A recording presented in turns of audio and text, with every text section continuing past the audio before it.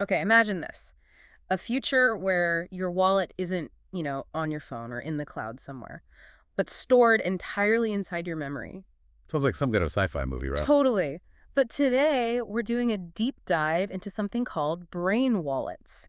It's this really fascinating intersection of how our minds work and crypto security. Right.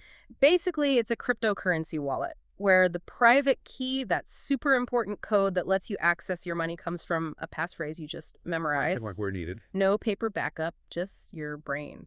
It sounds incredibly futuristic, I know, but the idea's actually been kicking around for a bit. Yes, yeah.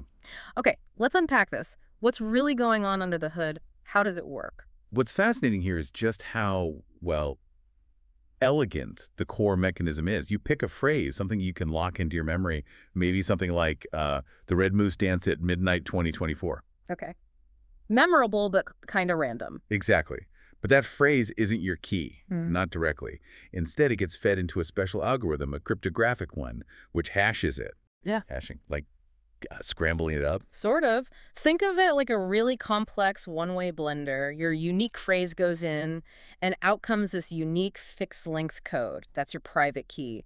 And it's basically impossible to work backwards from the key to figure out your original phrase. Ah, okay. So the big advantage is Ultimate portability, like you said. You could, in theory, get to your funds from absolutely anywhere, no device needed, just by remembering that phrase. that sounds incredibly empowering, like total financial freedom almost.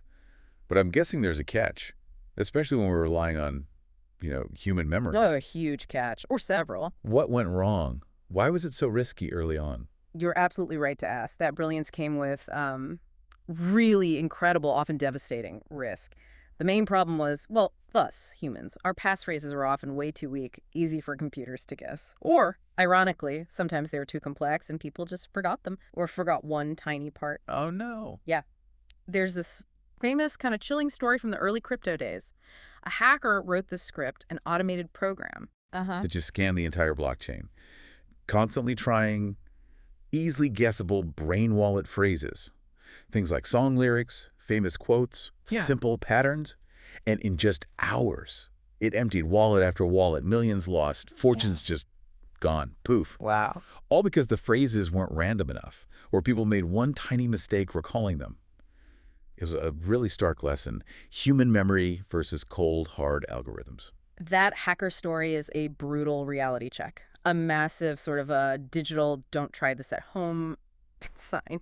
So if our brains are the weak link, are we just swapping potential hardware failure for like potential brain failure? That's the core tension, So absolutely. why are we even talking about this again? What's driving this renewed interest now if it failed so badly before? That's a great question. And despite those, very real failures, Yeah. if we connect this to the bigger picture, brain wallets are having a bit of a comeback. Not because our memories suddenly got perfect, Right? but because of huge steps forward in other areas. Things like biometrics, neurotechnology, even just much smarter password managers. Mm. Okay, so technology is trying to patch the human weaknesses. Exactly. People are exploring new approaches, Yeah. like using clever mnemonic devices, memory tricks, or even memory palaces. Memory palaces, like Sherlock Holmes. Kind of these elaborate mental maps where you mentally store and organize complex info like your key. Huh. Some researchers are even looking at EEG tech brainwave patterns, potentially confirming it's you recalling the key. Whoa. And then there's this idea of social recovery wallets. What's that? It's like a decentralized safety net. You could designate trusted friends who, together, could help you recover access if you forget your phrase, not individually, but collectively. Interesting. Trying to build in some backup. Trying to build backup without a central point of failure, it's all about mitigating that human element. That's a truly fascinating evolution then. Using our own minds, but trying to compensate for their flaws. So what does this all mean for us? For the future of money? Well, it pushes us to ask some really big fundamental questions. Can your mind really be the most secure vault? What about things like Alzheimer's, where memory just fades? Yeah, that's a scary thought. Or even worse, what about coercion? What if someone forces you to reveal the phrase stored only in your head? Your mind becomes the vulnerability. Right. It really highlights this deep paradox, doesn't it? The dream of total control over your own assets versus the inherent fragility of being human. And that's really the crux of it. Brain wallets aren't just some weird crypto footnote anymore. They're like a window into this potential future of radically personalized money, where finance literally becomes like part of you. It challenges everything we think about banks, keys, custody. Exactly. It forces us to ask, what does real financial sovereignty even look like? Is this it? Or is it too risky? So next time you hear someone say, don't forget your keys, maybe pause and ask yourself, could you really carry your entire fortune just in your memory? Something to think about.